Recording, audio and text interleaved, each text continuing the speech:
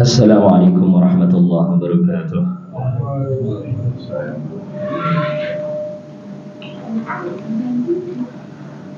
Alhamdulillah. Alhamdulillahi ala ihsanih wa syukru lahu ala taufiqi wa amtinani wa ashhadu an la ilaha illallah wahdahu la syarika lah ta'ziman li sya'nih wa ashhadu anna Muhammadan abduhu wa rasuluh ad-da'i ila ridwanih sallallahu alaihi wa ala alihi wa ashabihi wa man tabi'ahum bi ihsanih. Amma ba'da. Ma'asyiral muslimin wal muslimat rahimani wa rahmakumullah. Alhamdulillah,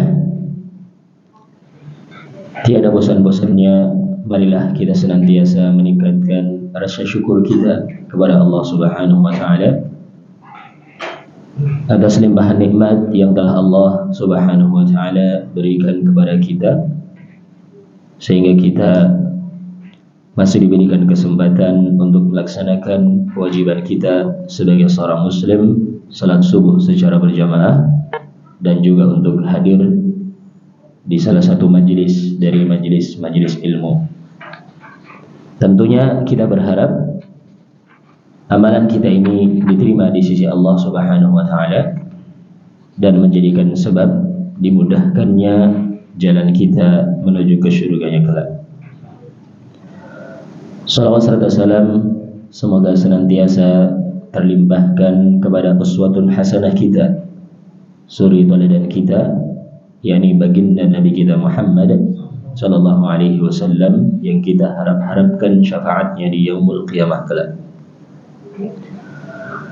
Ma'asyiral muslimin wal muslimat rahimani wa rahmakumullah. Kita lanjutkan kembali kajian kita dari membaca kitab Al-Arba'una Haditsan fi Fadli La Ilaha Illallah. 40 hadis tentang keutamaan La Ilaha Illallah, karya Syekh Muhammad Marzuq Ad-Da'jani hafizahullah ta'ala. Sekarang kita masuk di hadis yang ke-25 dari kitab tersebut. Babun annaha tuhajju an sahibiha yaumal qiyamah. Satu pembahasan yang membahas bahwasannya kalimatut tauhid, yakni la ilaha illallah, ini akan membela orang yang telah mengucapkannya di yaumul qiyamah kelak. Satu bab yang membahas tentang kalimatut tauhid ini akan menjadi pembela kepada sahibnya, temannya, maksudnya orang yang mengucapkannya. Tentunya bukan cuma sekedar ucapan di lisan, tapi lisannya mengucapkan, hatinya meyakini, dan anggota badan melaksanakan konsekuensinya.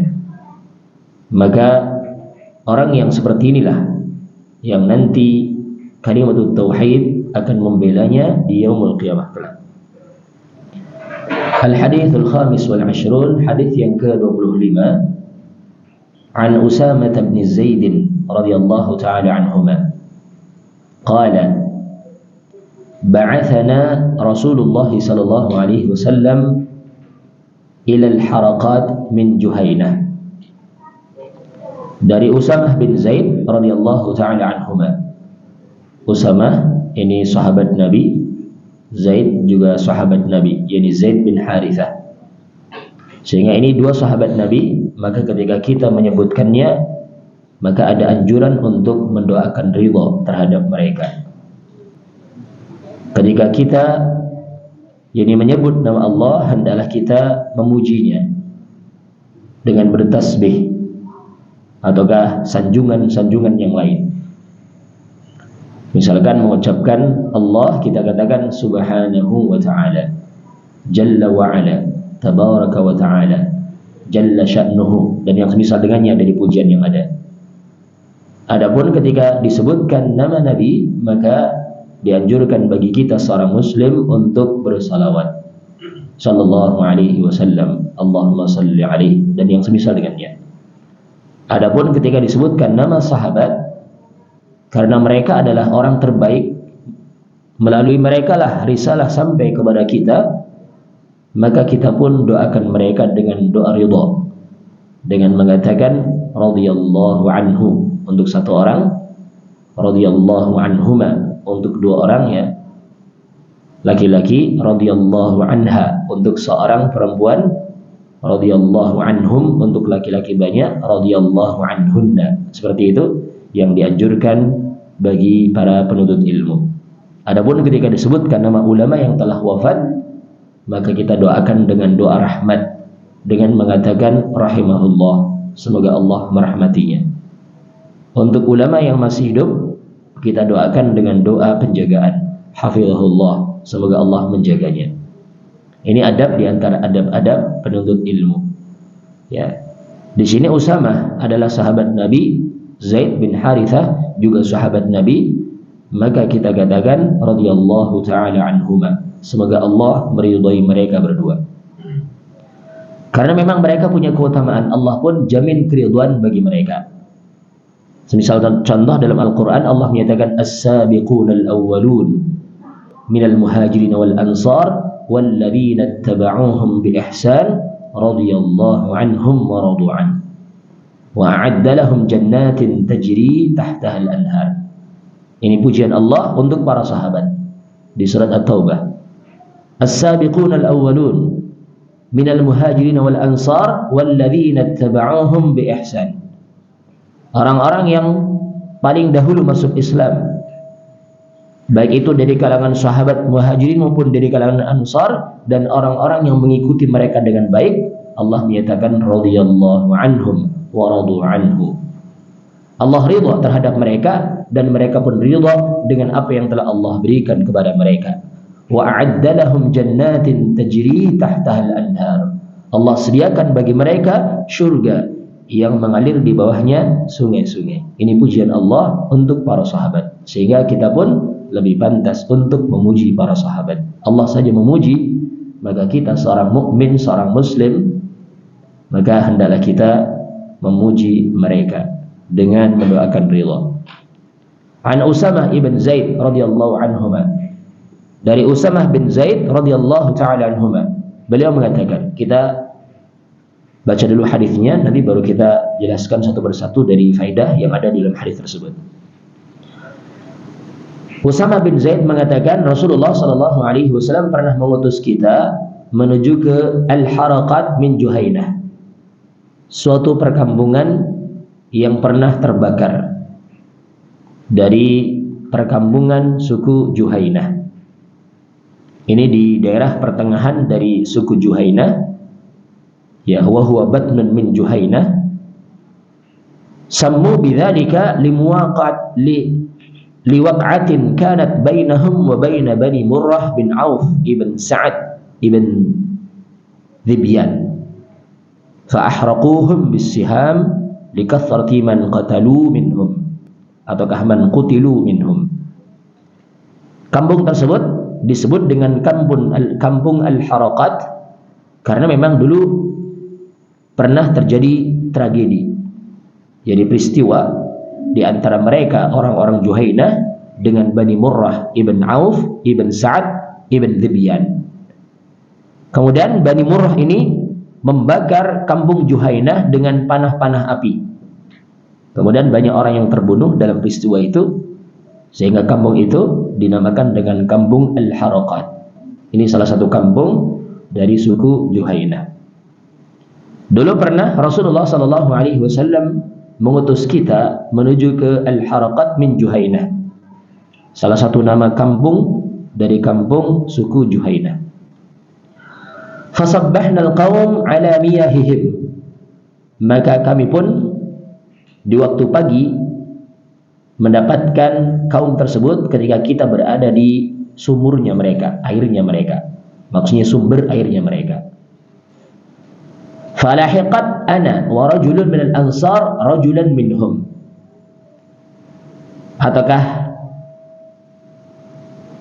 Yani falahattu ana wa rajulun minal ansar rajulan minhum. Maka aku bersama dengan seorang laki-laki dari kalangan Ansar bertemu dengan salah seorang laki-laki dari mereka. Falamma ghashinahu, ketika kami sudah berhasil untuk menguasai orang tersebut, tentunya sebelumnya ada duel ya, adu duel, ada pertarungan. Karena ini memang kampung kafir, orang kafir ini, kampung-kampung kafir. Ketika waktu pagi, Usamah bersama dengan seorang Ansar sedang mengambil air bertemu dengan salah seorang di antara mereka. Kemudian terjadilah duel. Kemudian ketika salah seorang di antara orang kafir ini sudah terdesak, sudah berhasil dikuasai, dikalahkan oleh Usamah bin Zaid, tiba-tiba orang tersebut mengatakan la ilaha illallah, tiada sesembahan yang berhak disembah selain Allah. Fakaffa anhu al-ansar, maka orang Ansar, temanku itu dari kalangan Ansar, menahan diri dari menyerang orang tersebut. Fatu'antuhu biramhi faqataltuhu, aku pun tikam dia dengan tombakku dan aku pun berhasil membunuh orang itu. Ini penuturan dari Usamah bin Zaid. Falamma qadimna balagha dzalika Rasulullah sallallahu alaihi wasallam, maka ketika kami sampai di Madinah, yakni berita aku telah membunuh seorang dari kalangan orang kafir, maksudnya orang yang dulunya kafir dari kampung Harakat, dari Juhaina itu, sampai kepada Rasul sallallahu alaihi wasallam. Temanku Ansar tadi menyampaikan hal itu kepada Rasul sallallahu alaihi wasallam. Maka Rasulullah sallallahu alaihi wasallam bersabda, "Ya Usamah, aqtaltahu ba'dama qala la ilaha illallah?" Wahai Usamah, apakah kamu membunuh dia setelah dia mengucapkan la ilaha illallah? Qultu, aku pun mengatakan, ya Rasulullah, innama qalaha muta'awwidan. Wahai Rasulullah, tidak lain dia ini mengucapkan kalimat itu hanyalah sekedar untuk pelindungan saja. Cuman cari keselamatan saja dia ini, pura-pura mengucapkan. Ini alasannya Usamah bin Zaid. Rasul kembali mengulang ucapannya, aqtaltahu ba'dama qala la ilaha illallah. Apakah kamu tetap membunuh dia padahal dia telah mengucapkan la ilaha illallah? Fama zala yukarriruha hatta tamannaitu anni lam akun aslamtu qabla dzalika al-yawm. Rasul terus mengulang-ulang. Ketika Usamah menyampaikan alasannya, Rasul ulang lagi perkataannya, apakah kamu telah membunuh seorang yang telah mengucapkan la ilaha illallah? Usamah cari-cari alasan lagi. Rasul kembali mengulang ucapannya tadi. Sampai Usamah ini hampir putus asa. Hatta tamannaitu anni lam akun aslamtu qabla dzalika al-yawm. Sampai aku berangan-angan seandainya aku belum masuk Islam sebelum hari itu. Karena saking hampir putus asanya, karena Rasul menegur dengan teguran yang keras.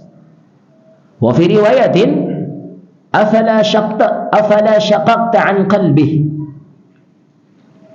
Dalam riwayat lain dikatakan, apakah kamu telah membelah hatinya sehingga kamu tahu dia mengucapkan kalimat itu hanya untuk berlindung saja? Apakah kamu telah membelah hatinya? Apakah kamu tahu isi hatinya dia?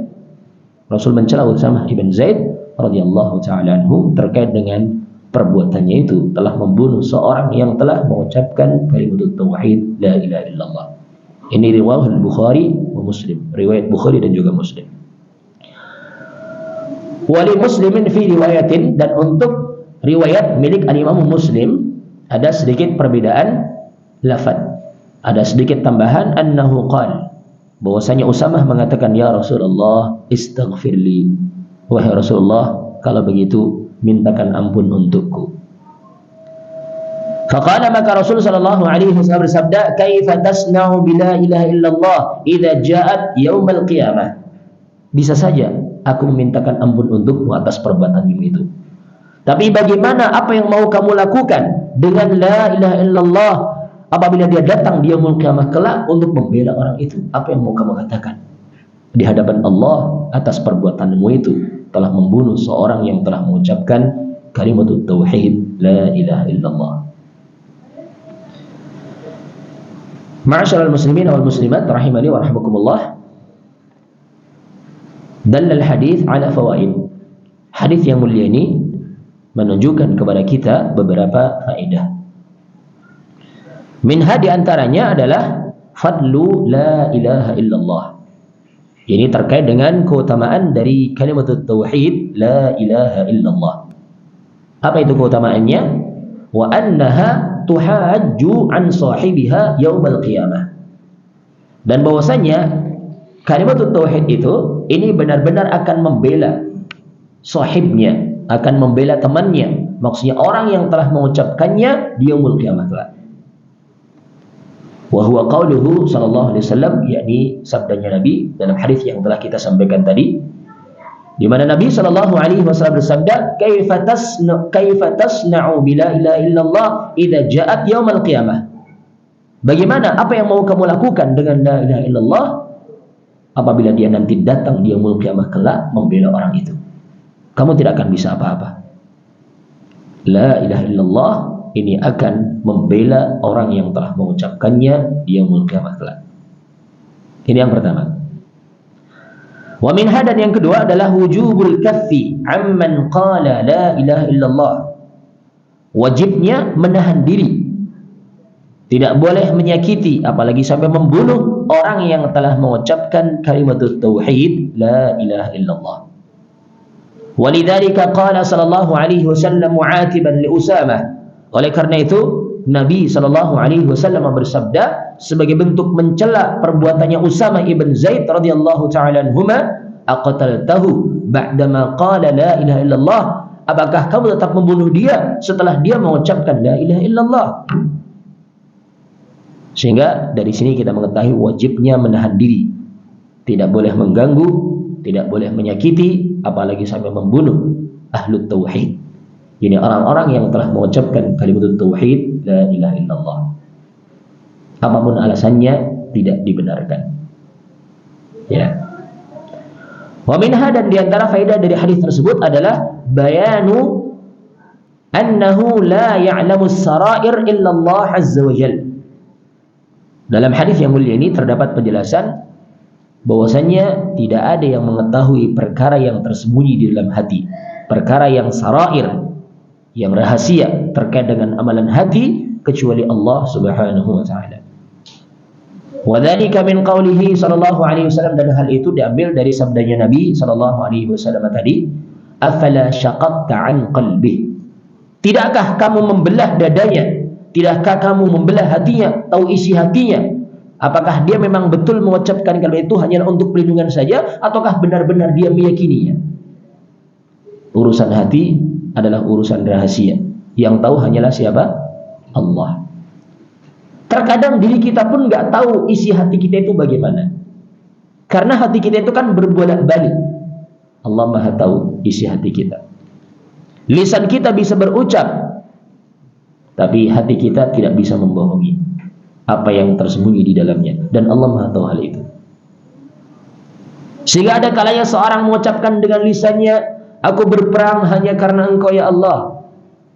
Aku menyampaikan ilmu, belajar ilmu hanya karena Engkau ya Allah. Aku membaca Al-Quran hanya karena Engkau ya Allah. Dia bisa berucap dengan lisannya, tapi Allah tidak bisa didustai, karena Allah Maha tahu isi hatinya.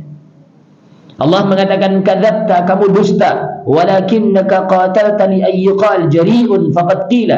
Kamu dusta, padahal kamu berperang hanya ingin dikatakan sebagai seorang pemberani, dan sungguh kamu telah dikatakan seperti itu. Dia bisa berucap dengan lisannya, mengaku dengan lisannya dia berperang karena Allah, ternyata bukan karena itu, tapi hanya karena ingin mendapatkan pujian. Ya, ini bahayanya seorang yang tidak lurus dalam niatan dalam suatu amalan, termasuk jihad, amalan yang besar. Tapi ketika seorang bukan karena Allah melaksanakannya, justru nanti fa umira bihi fasuhiba ala wajhi hatta ulqiya finnar. Rasul menyatakan orang yang berjihad bukan karena Allah tadi, hanya karena ingin dipuji saja, dianggap sebagai pemberani, dianggap sebagai pahlawan, dia yaumul qiyamah kelak orang ini dikatakan fasuhiba ala wajhihi hatta ulqiya finnar. Orang ini diseret di atas wajah-wajahnya sampai dilemparkan ke dalam api neraka. Nauzubillah. Padahal jihad adalah amalan yang besar, tapi karena niatannya rusak, maka hasilnya pun nihil. Bukan cuma nihil, masih mending kalau cuma nihil ya, tapi justru sebaliknya, bukan pahala, bukan surga, tapi bahkan dilemparkan ke dalam neraka. Inilah pentingnya niatannya ikhlas di dalam amalan. Jihad dikatakan sebagai dzirwatu sanamil Islam, puncak kemuliaan Islam. Tapi ketika seorang niatannya rusak, maka hal itu pun bukannya berbuah pahala, tapi bahkan berbuah adab. Na'udzubillah. Sehingga Al-Imam Ibn Sirin atau ulama yang semisal mengatakan rubba amalin saghirin tukabbiruhun niyyah wa rubba amalin kabirin tusaghiruhun niyyah. Betapa banyak amalan-amalan yang kecil tapi bisa menjadi besar karena sebab niatannya baik. Wa rubba amalin kabirin tusaghiruhun niyyah. Betapa banyak amalan-amalan yang besar ini menjadi kecil karena sebab niatannya jelek, niatannya rusak. Amalan ringan contohnya memberikan minum, ringan ya. Tapi ketika seorang pelacur, kita tahu bagaimana dosa pelacur ini. Ketika seorang pelacur memberikan minum kepada seekor anjing,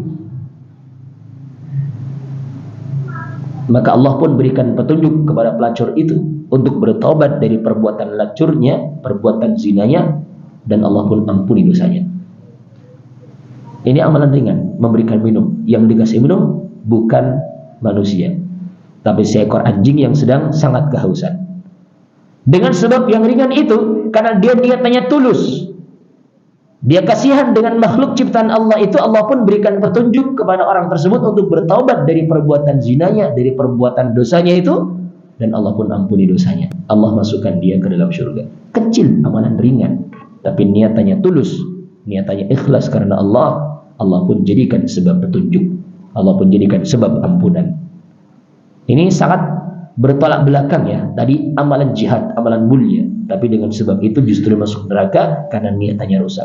Amalan yang ringan, tapi niatannya baik, justru dengan itu Allah memberikan petunjuk, Allah ampuni dosanya, Allah masukkan dia ke dalam surga.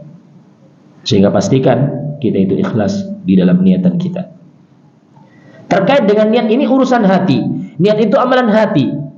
Sehingga perlu kita senantiasa menata hati kita.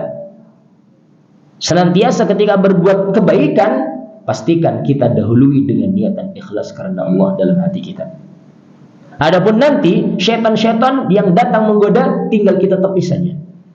Tidak dimungkiri ketika kita mungkin dari awal sudah berniat karena Allah, tiba-tiba syaitan datang membisiki. Ini mumpung ada orang, mumpung ada tokoh, mumpung ada bos, mumpung ada ini dan itu, mumpung ada donatur, ayo kita semangat. Kadang-kadang seperti itu ya, bisikan syaitan itu. Biasa saja, semangat ya semangat terus saja. Jangan karena ada donatur semangat, nggak ada donatur ogah-ogahan. Jangan. Jadi bukan amal itu bukan karena lid donatur, tapi lillah. Pastikan amal kita itu karena Allah. Ada ataukah tidak donatur yang mendukung? Jalan, laksanakan amalan itu. Ya, ini baru karena Allah. Sehingga jangan sampai kalau nggak ada donatur malas. Ya, ini jangan sampai. Rusak ini, bahaya.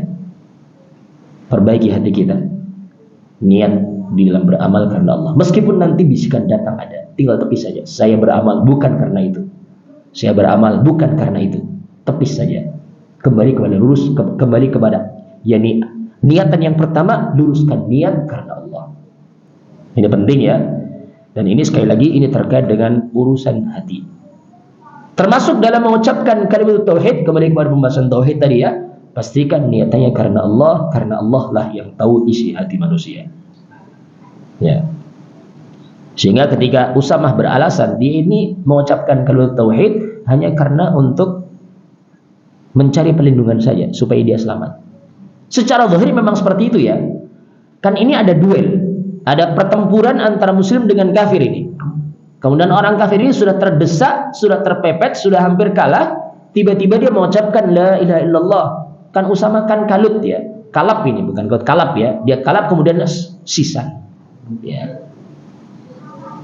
Sekalian lewatkan. Ternyata itu ditegur keras dengan oleh Rasul sallallahu alaihi wasallam. Dan sekali lagi, kalimat tauhid ini ucapan di lisan. Dan tentunya harus diyakini dengan hati. Cuman masalah hati ini yang tahu hanyalah siapa? Allah. Sehingga faedah yang selanjutnya, wa minha annana umirna bil hukmi ala zahiril a'mal was sarairi yatawallaha Allah. Dari hadis yang mulia ini kita mengetahui bahwasanya kita itu diperintahkan untuk menghukumi sesuatu sesuai dengan zahir amalannya. Secara zahir orang tersebut tadi telah mengucapkan la ilaha illallah, berarti dia dianggap seorang muslim, seorang muwahhid secara zahir. Ya. Was-sarair yatawallaha Allah, sementara urusan yang rahasia, urusan hati terkait dengan tujuannya apa dia mengucapkan ucapan itu, maka itu diserahkan kepada Allah. Allah yang Maha tahu. Kewajiban kita ketika ada seorang muslim yang telah mengucapkan la ilaha illallah, kalimat tauhid, mengucapkan dua kalimat syahadat, ya sudah, kita hukumi dia sebagai seorang muslim. Adapun tujuan dia mengucapkan ucapan itu apa? Yang tahu adalah Allah, bukan urusan kita. Itu urusan hati, yang tahu hanyalah Allah Subhanahu wa taala. Kita hukumi sesuatu secara zahir. Urusan hati diserahkan kepada Allah Subhanahu wa taala. Wa minha, dan diantara faedah dari hadis tersebut adalah ismatud dam wal mal bihadhil kalimah, terjaganya harta dan juga darah dengan kalimat yang mulia ini, yakni kalimat tauhid. Seorang yang telah mengucapkan la ilaha illallah tidak boleh ditumpahkan darahnya, tidak boleh diambil hartanya kecuali dengan alasan yang dibenarkan. Semisal contoh, dia telah korupsi, maka bisa diambil hartanya sebagai bentuk apa? Mengembalikan uang yang telah diambil. Ya, karena memang hasilnya itu bukan hasil yang halal. Dia telah berhutang dan tidak mengembalikan hutangnya, bisa diambil hartanya untuk menutupi hutang-hutangnya. Ataukah mungkin dia seorang muslim, seorang mukmin yang telah mengucapkan dua kalimat syahadat, tapi selanjutnya dia melakukan perbuatan tertentu yang dengannya menjadikan sebab halal darahnya. Rasul menyatakan la yahillu damu mri'in muslimin yashhadu an la ilaha illallah wa anna muhammadar rasulullah illa bi ihda thalathin. Tidak halal darah seorang muslim yang telah mengucapkan asyhadu an la ilaha illallah wa anna muhammadar rasulullah kecuali dengan salah satu dari tiga alasan. Apa itu? Ats-tsayyibuz zani, orang yang telah menikah kemudian dia berzina. Di dalam Islam hukumnya itu apa? Dirajam sampai mati. Kalau misalkan kita ikut prosesi rajam, ikut melempar batu, melempari orang yang telah berzina tadi, dengan sebab lemparan kita orang itu mati, kita nggak berdosa, karena dia telah melanggar haknya Islam. Wan nafsu bin nafsi, jiwa dibalas dengan jiwa.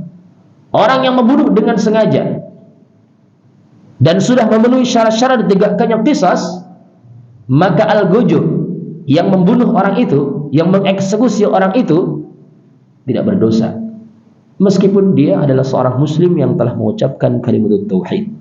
Al-gujubnya nggak berdosa, eksekutornya nggak berdosa ketika mengeksekusi orang itu. Ataukah watai kulidini, orang yang telah meninggalkan agamanya, murtad dari Islam, menjadi halal darahnya. Selama tidak melanggar tiga perkara tersebut, maka hukum asalnya darah seorang muslim, harta seorang muslim itu terjaga. Tidak boleh diambil hartanya, tidak boleh ditumpahkan darahnya, kecuali dengan tiga alasan tadi. Kita lanjutkan. Wa minha, di antara faedah dari hadis tersebut adalah udhrul muta'awwil. Yani di sana adanya uzur karena takwil. Yani uzur dari orang yang mentakwil. Maksudnya diterimanya uzur dari orang yang mencari-cari alasan. Seorang yang dibunuh oleh Usamah tadi itu kan, secara zahir memang dia ini terdesak, sudah nggak bisa melakukan perlawanan. Akhirnya dia apa? Dia pun cari-cari alasan mengucapkan kalimat tauhid, mengucapkan la ilaha illallah. Ini harusnya uzur seperti ini diterima, harusnya ya. Meskipun sama Usamah kemudian langsung ditembas juga, langsung ditikam juga dengan tombaknya dan matilah orang itu. Tapi Rasul menegur Usamah atas perbuatannya itu. Di sini menunjukkan Rasul menerima uzur dari orang tersebut karena dia telah mengucapkan ucapan itu, maka alasannya diterima, tidak boleh dibunuh lagi.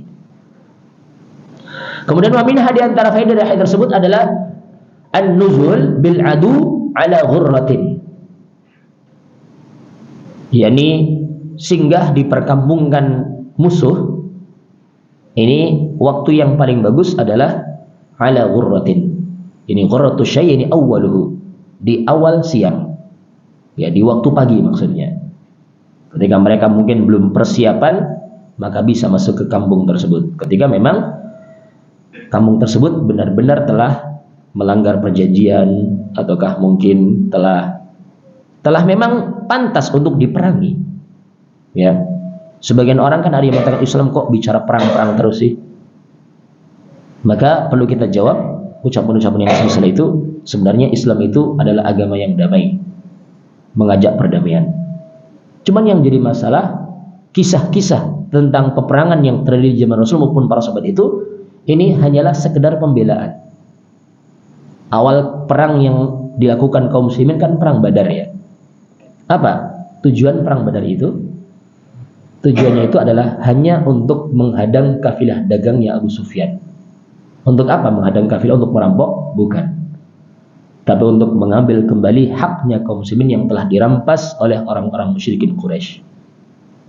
Sebagaimana kita tahu, kaum muslimin ini, mereka itu meninggalkan harta benda mereka untuk hijrah ke Madinah karena mereka sudah nggak tahan dengan gangguan dari orang-orang musyrikin. Perjalanan yang jauh dari Mekah ke Madinah sekitar 400 sekian kilo. Dulu belum ada bis. Yang ada hanyalah kendaraan onta atau kuda, bahkan sebagian mereka berjalan kaki. Kan nggak mungkin bawa permadaninya, bawa pakaiannya, kan nggak mungkin ya. Mereka cuma bawa baju di badan dan makanan secukupnya. Itu saja. Pakaian ganti pun enggak. Karena itu yang dibutuhkan. Baju di badan, mau bawa rangsel sebagaimana mau nanjak gunung kan enggak mungkin. Perjalanan yang panjang 400 kilo dengan medan yang ekstrim, panasnya ekstrim, dinginnya pun dingin yang sangat ekstrim. Akhirnya mereka tinggalkan semua harta bendanya di Mekah. Tinggal baju dan pakaian, yakni baju di badan dan makanan secukupnya untuk perjalanan ke Madinah. Mereka tinggalkan. Kemudian orang-orang musyrikin menjarah harta mereka, baju-baju mereka, kemudian permadani yang mereka miliki, kulit-kulit yang mereka telah simpan, hartanya. Mungkin ada barang-barang yang berharga lain mereka jarah, kemudian mau dijual ke Syam oleh kafilah dagangnya Abu Sufyan. Apa salahnya kaum muslimin yang ngambil itu? Kan gak ada salah ya. Itu yang mau diperjualbelikan adalah harta kaum muslimin yang telah dirampas oleh orang-orang musyrikin di Mekah, kemudian ingin dihadang oleh Rasul dan juga para sahabatnya. Maka Rasul pun ketika itu tidak mewajibkan kepada kaum muslimin berperang. Ayo siapa yang mau ikut, kita hadang Abu Sufyan ini. Dia telah merampas harta kita. Ya, Rasul pun tidak mewajibkan kepada kaum muslimin seluruhnya. Cuma siapa yang mau ikut saja, silahkan. Namanya cuma sekedar menghadang kafilah dagang ya, senjata pun ala kadarnya. Yang ikut cuma sekitar 300-an orang saja ya. Tapi ternyata berita itu sampai kepada pimpinan musyrikin Quraisy Abu Jahal. Abu Jahal mengumpulkan 1000 pasukan bersenjata lengkap datang ke Badar. Akhirnya terjadilah perang besar. Ya. Kan nggak mungkin kaum muslimin mundur ya ketika itu, kan memalukan. Akhirnya harus terjadi peperangan. Ini awal kali perang di dalam Islam. Ya. Dan Allah berikan kemenangan kepada kaum muslimin meskipun jumlahnya yang tidak seimbang. 300 lawan 1000. 300 senjata ala kadarnya, 1000 senjata lengkap, pasukan terlatih, pasukan perang terlatih. Tapi Allah berikan kemenangan kepada kaum muslimin. Ini awal kali perang. Tujuannya bukan untuk berperang awalnya, tapi hanyalah untuk mengambil kembali haknya yang telah dirampas. Perang selanjutnya adalah perang Uhud. Perang Uhud ini adalah balasan dari orang-orang musyrikin Quraisy menyerang Madinah, menuntut balas atas kekalahan mereka di Badar. Jadi bukan kaum muslimin yang menyerang ya, tapi mereka dulu yang menyerang. Ya. Dan yang semisal dengannya, peperangan yang ada itu kebanyakan mereka dulu yang memulai. Sehingga bukan kita kaum muslimin yang mengajarkan perang, tapi kita hanyalah mempertahankan haknya kita, mempertahankan agama kita, mempertahankan batasan-batasan negeri kita, kaum muslimin. Sehingga Islam itu memang asalnya mengajarkan kepada perdamaian. Cuman ketika dibutuhkan perang, tidak boleh kita mundur selangkah pun kecuali untuk strategi perang. Tidak boleh kita takut dengan orang-orang musyrikin. Tidak boleh kita takut dengan orang-orang kafir. Kita harus hadapi mereka. Apapun yang terjadi, tinggal ada dua pilihan di dalam jihad fisabilillah: aish kariman au mut syahidan. Hidup mulia, tidak terjajah oleh orang-orang musyrikin Quraisy, ataukah ketika kita mati pun, kita wafat pun, wafat dalam keadaan syahid karena membela agama Allah. Dua pilihan bagi para mujahidin fisabilillah: aish kariman au mut syahidan. Hidup mulia ataukah mati syahid. Sebagaimana kita tahu di negeri kita, siapa dulu yang menjajah negeri kita? Orang-orang kafir dari kalangan penjajah Belanda, penjajah Portugis ya. Kaum muslimin ini hanyalah memperjuangkan negeri kita dari penjajahan-penjajahan Belanda. Sebagaimana juga dahulu kaum muslimin di Mekah, di Madinah pun seperti itu saja. Ya, ini hanyalah untuk melepaskan dari penjajahan-penjajahan orang-orang musyrikin. Sehingga terpaksa harus terjadilah peperangan. Sebelum berperang pun tetap ada diplomasi-diplomasi. Ada perundingan-perundingan. Bagaimana bagusnya. Sehingga dari sini kita bantah mereka orang-orang yang mengatakan orang muslim kok, Islam kok cuma ngajarnya perang-perang dan perang. Bukan. Siapa yang menyerang Israel sekarang? Siapa yang menyerang Palestina sekarang? Kan Israel ya. Bukan Palestina yang menjajah Israel, tapi Israel yang menjajah Palestina. Kaum muslimin di Palestina hanyalah sekedar mempertahankan negeri mereka, agama mereka, hak-haknya mereka dari serangan orang-orang kafir dari kalangan Yahudi dari negara Israel. Jadi ini yang perlu kita fahamkan bersama. Kalau mereka mengatakan Islam yang mengajarkan perang, kok kenapa Islam yang diperangi dimanapun tempat? Ya tidak. Islam hanyalah mempertahankan hak-haknya, mempertahankan agamanya. Kemudian yang terakhir di sini adalah wa minha bayanu anna al-jihad wasilatun li tahqiqil istijabati bihi li hadhil kalimah. Dalam hadis yang mulia ini terdapat penjelasan bahwasanya jihad adalah merupakan wasilah, merupakan perantara untuk bisa tahqiq, merealisasikan, melaksanakan sebagai bentuk jawaban atas kalimat tauhid la ilaha illallah, dakwah kepada tauhid, menyeru kepada tauhid la ilaha illallah. Ini kan tujuannya. Kalau mereka sudah mengucapkan berarti sudah cukup ini, nggak perlu diperangi lagi, nggak perlu dibunuh lagi. Sehingga di sini pun Rasul marah terhadap Usamah atas perbuatannya itu. Sebagai tambahan dari apa yang kita sampaikan tadi, Usamah bin Zaid ini, beliau ini memiliki keutamaan-keutamaan yang sangat banyak. Beliau dikenal memiliki laqab hibbi Rasulillah. Kekasihnya, anaknya dari kekasihnya Rasulullah SAW. Kecintaan dari kecintaannya Rasul. Beliau anaknya Zaid bin Harithah. Zaid bin Harithah itu adalah satu-satunya orang dari kalangan sahabat yang pernah dijadikan sebagai anak angkatnya Rasul. Zaid bin Harithah ini adalah dulu seorang budak. Aslinya orang berkebangsaan Arab. Cuman dulu diambil oleh orang, dijual, dijadikan sebagai budak. Dan dibelilah oleh Khadijah. Setelah Rasul menikah dengan Khadijah, Zaid bin Harithah ini dulu kan belum tahu siapa orang tuanya. Sehingga Rasul pun mengatakan Zaid bin Muhammad. Karena saking cintanya Rasul dengan Zaid, Rasul mengatakan Zaid bin Muhammad, Zaid anaknya Muhammad. Setelah turun ayat yang melarang tidak boleh menasabkan orang kepada selain orang tuanya, Allah menyatakan ud'uuhum li abaihim huwa aqsatu 'indallah. Panggillah mereka dengan ayah-ayah mereka. Itu lebih adil di sisi Allah. Enggak boleh menasabkan orang kepada selain orang tuanya, dikembalikan ke nasab orang tuanya aslinya, ini Zaid bin Harithah. Dari sini kita tahu kedekatan antara Rasul dengan Zaid sebagaimana kedekatan seorang ayah dengan anaknya. Ya, sangat dekat. Sehingga Zaid ini adalah kekasihnya Rasul. Usamah ini anaknya Zaid bin Harithah, sehingga dikatakan sebagai hibbi Rasulullah SAW. Jadi ini keutamaan. Sebagaimana Rasul cinta dengan Al-Hasan Al-Husain ibn Ali, anaknya Fatimah itu ya, cucunya Rasul, cucu kandung. Kalau ini kan cucu angkat berarti ya. Usamah bin Zaid cucu angkat. Beliau sangat cinta pula dengan Usamah. Ketika Rasul memangku, ketika masih kecil yang memangku Hasan, Rasul juga memangku Usamah. Meskipun ada perbedaan yang sangat kentara.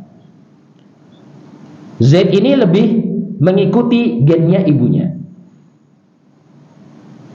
Kalau ayahnya ini tampan, berkulit putih, hidung mancung. Sementara ibunya namanya adalah Ummu Aiman. Ummu Aiman dulu adalah maulanya Aminah. Aminah siapa? Ibunya Rasulullah SAW. Sehingga Ummu Aiman ini adalah, kalau boleh dikatakan, sebagai ibu angkatnya Rasulullah SAW.